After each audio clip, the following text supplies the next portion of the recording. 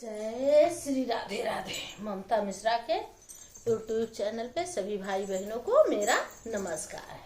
आइए, शादी ब्याह आने वाला है, 1 नवंबर से शादी शुरू हो जाएगी। और आइए एक बहुत सुंदर बहुत प्यारी गारी गीत भक्ति गारी सुनते हैं राजा दशरथ की और राम की। आइए सुनते हैं।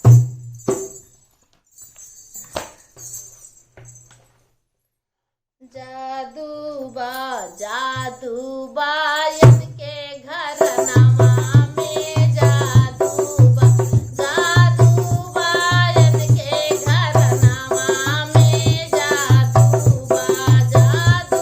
बायन के घर नमा में जादू राजा खेले गए शिकार गए जंगल मजार हुआ भाई तकरार निकल पड़ी तलाव चले धनुआ बाण युद्ध भये घमासान रथ गए चक्का गए टूट बन गए हिम्मत गए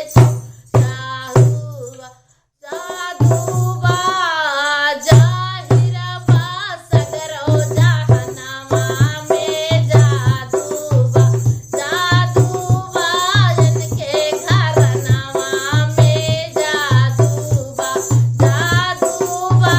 इनके घर नमा में जादूबा भरत लाल गए अम्मा कहाँ मैं अंगुरी पे रथ गए चक्का चला मैं समर बीच मैदानमा में जादूबा इनके घर नमा में जादूबा इनके घर नमा में जादूबा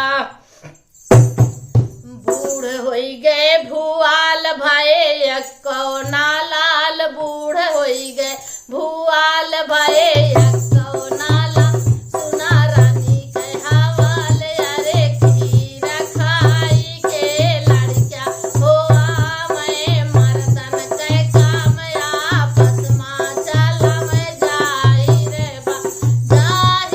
बा सगरो जहनमा में जाहिर बा जादूबा इनके घर नमा में जादूबा फुलवरिया में जाए दिन जदुआ चलाए दिन फुलवरिया में जाए दिन जदुआ चलाए सखी गई कुमिलाए कुछ गई मुरझा अरे नैनों में उनके नैनों में भरी तलावरिया बा जादूबा उनके नैनों में भरी तलावरिया बा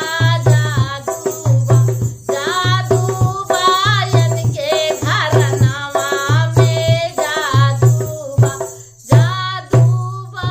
इनके घर नमा में जादूबा। जय श्री राम। मेरा वीडियो अच्छा लगे तो कमेंट करके जरूर बताना। ये बताना आप कहाँ से, लाइव सब्सक्राइब करना। जय श्री राधे राधे।